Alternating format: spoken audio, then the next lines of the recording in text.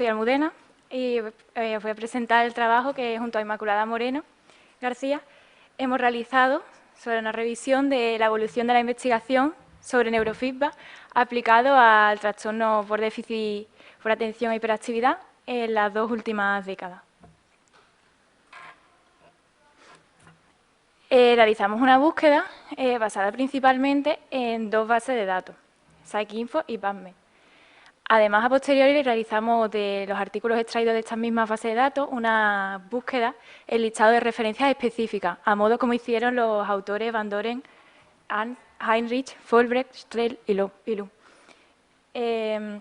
Los términos descriptores, la sintaxis de búsqueda es la que tenéis en la pantalla.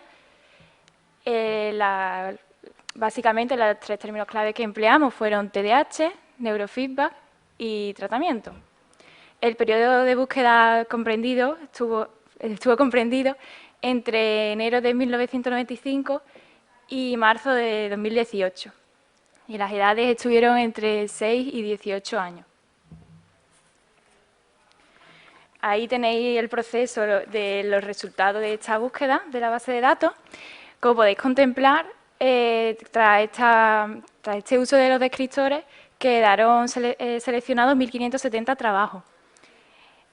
Tras la aplicación en un primer paso del primer filtro del periodo de búsqueda, que como hemos dicho fue de enero de 1925 a marzo de 2018, quedaron 1.463 publicaciones, es decir, un 93%, y se perdieron 107 trabajos, un 7%. En un segundo paso, se realizó se empleó el filtro de edad de 6 a 18 años y quedaron seleccionados 218 publicaciones, un 15%, quedando perdidos 85% de los trabajos. Bien, de estas 218 publicaciones, 96 trabajos, 44%, lo conformaron de artículos de la base de datos de PsycInfo y 56%, 122 trabajos de PubMed. Por último, aplicamos una serie de criterios de inclusión y exclusión y obtuvimos un total de 101 publicaciones, 46%, y 54% quedaron excluidas. Bueno, ¿cuáles fueron los criterios de inclusión y exclusión que manejamos? A continuación vemos los criterios de inclusión. En primer lugar, tenían que ser el neurofeedback como tratamiento para TDAH en revista de revisión por pares. Y las categorías que empleamos la daba la base de datos, que eran ensayos aleatorios controlados, comparativos, ensayos clínicos, estudios de casos, revisiones teóricas y metaanálisis. Un segundo criterio de inclusión fue cumplir esta condición independientemente del idioma de publicación y del origen, del país de origen de los autores.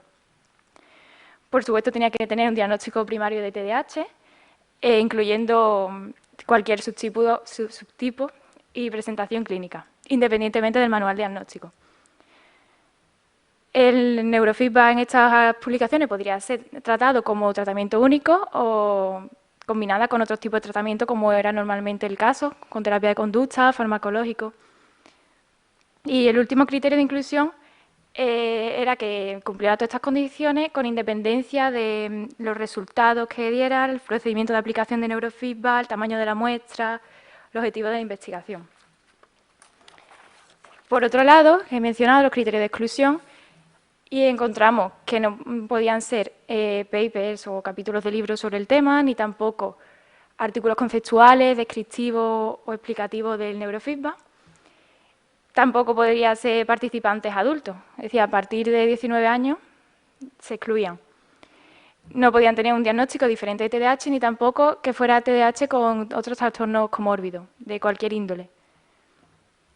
El criterio 5 incluía que no podían ser artículos de réplica o comentarios sobre publicaciones previas y tampoco podían estar duplicados en las 2 bases de datos, se eliminaban de una de ellas.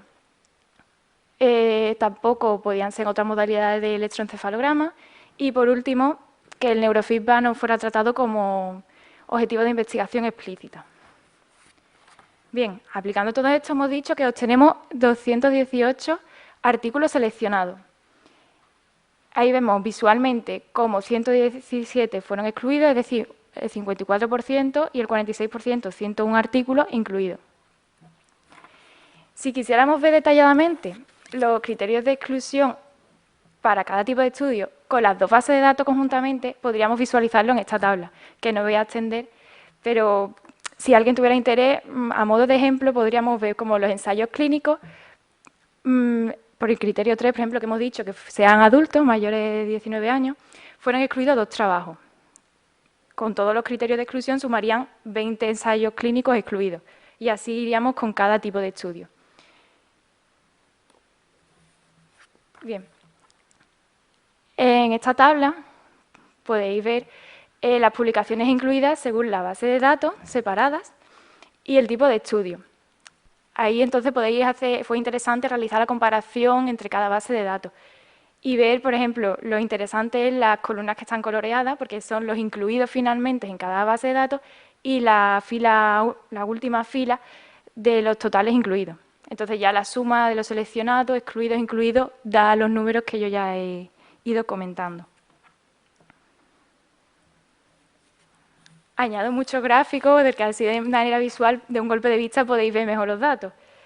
Entonces, el total de artículos incluidos, según la búsqueda que yo os he comentado al principio, de base de datos más listado de búsqueda de referencia, fue para la base de datos de un 66,89%, 101 artículos, y 50 artículos del listado de búsqueda de referencia específica, que conformó un 33,11%. La mayoría fue de la base de datos, obviamente. Nuevamente tenéis ahí una tabla, que tampoco me voy a extender, donde se ven estos números que he ido comentando. Curiosamente, si os ponéis a analizar, veis que, por ejemplo, bueno, la mayoría hay más publicaciones en la base de datos, excepto, por ejemplo, metaanálisis y comparativo, a modo de anécdota, que hay más en el listado de búsqueda de referencia específica. Si nos fijamos en la última columna del total de los incluidos, de los 151 que finalmente conformaron nuestro estudio, podríamos realizar un diagrama de sectores más visual donde ver qué porcentaje ocupó cada tipo de estudio. De un solo vistazo, de los 151 totales de publicaciones, vemos como la mayoría, 61 artículos, es decir, el 40%, fueron ensayos aleatorizados controlados. En segundo lugar, con 33 artículos, lo conformaron en un 22% los comparativos. Y en tercer lugar, con un 18% en azul, los ensayos clínicos. Ya después vinieron los estudios de casos y, por último, revisiones sistemáticas y metaanálisis respectivamente, con un 7 y 3%. En nuestro estudio, aunque analizamos los diferentes tipos de estudios que hemos visto, después lo que hicimos es centrarnos y hacer un análisis pormenorizado de los estudios aleatorizados controlados por su gran interés científico en esta temática. Y vimos las diferentes variables. Para empezar, vimos, por ejemplo, la publicación anual de dichos estudios. En este gráfico de barra contempláis los periodos de años de 4 en 4 años, desde 1995 a 2018. Y vemos que va increciendo los porcentajes y el número de artículos, concentrándose el 46% entre el periodo 2010 y 2014, que fue el periodo cumbre de publicación de estudios aleatorizados controlados.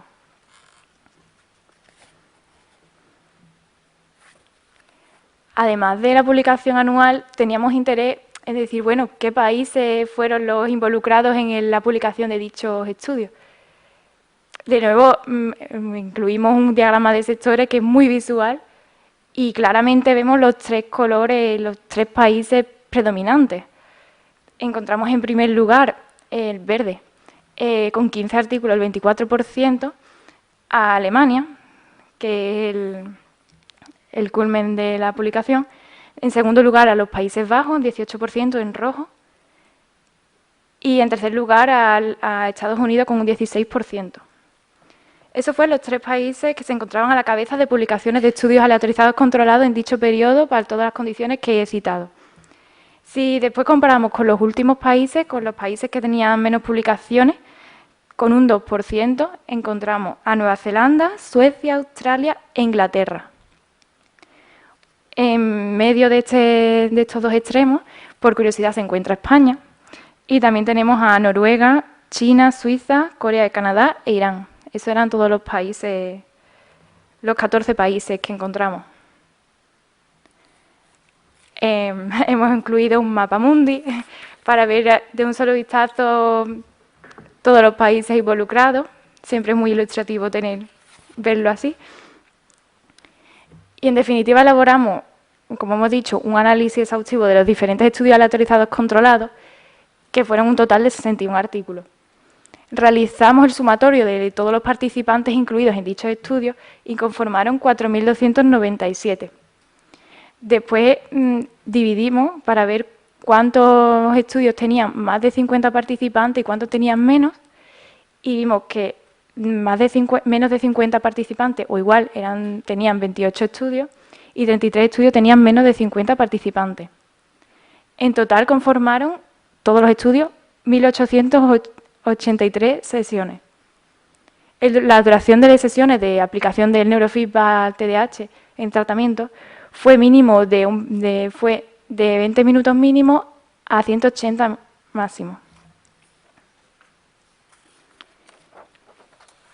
Además, aquí encontráis todo el abanico de revistas que publicaron en dichos estudios. En total fueron 39 revistas, pero hemos hecho como un zoom para ver las 4 revistas que publicaron más. En primer lugar, a la cabeza se encuentra con 7 artículos, European Child of Adolescent Psychiatry. En segundo lugar, con 4, Journal of Attention Disorders. Y ya en tercero y cuarto, al mismo nivel, con 3 publicaciones, encontramos Biomed Central Psychiatry y Journal of Clinical Psychiatry. Como colofón de esta presentación, las ideas claves que hemos ido desarrollando ha sido, en primer lugar, que la edad fue determinante en la búsqueda, como vimos en el número de incluidos y excluidos.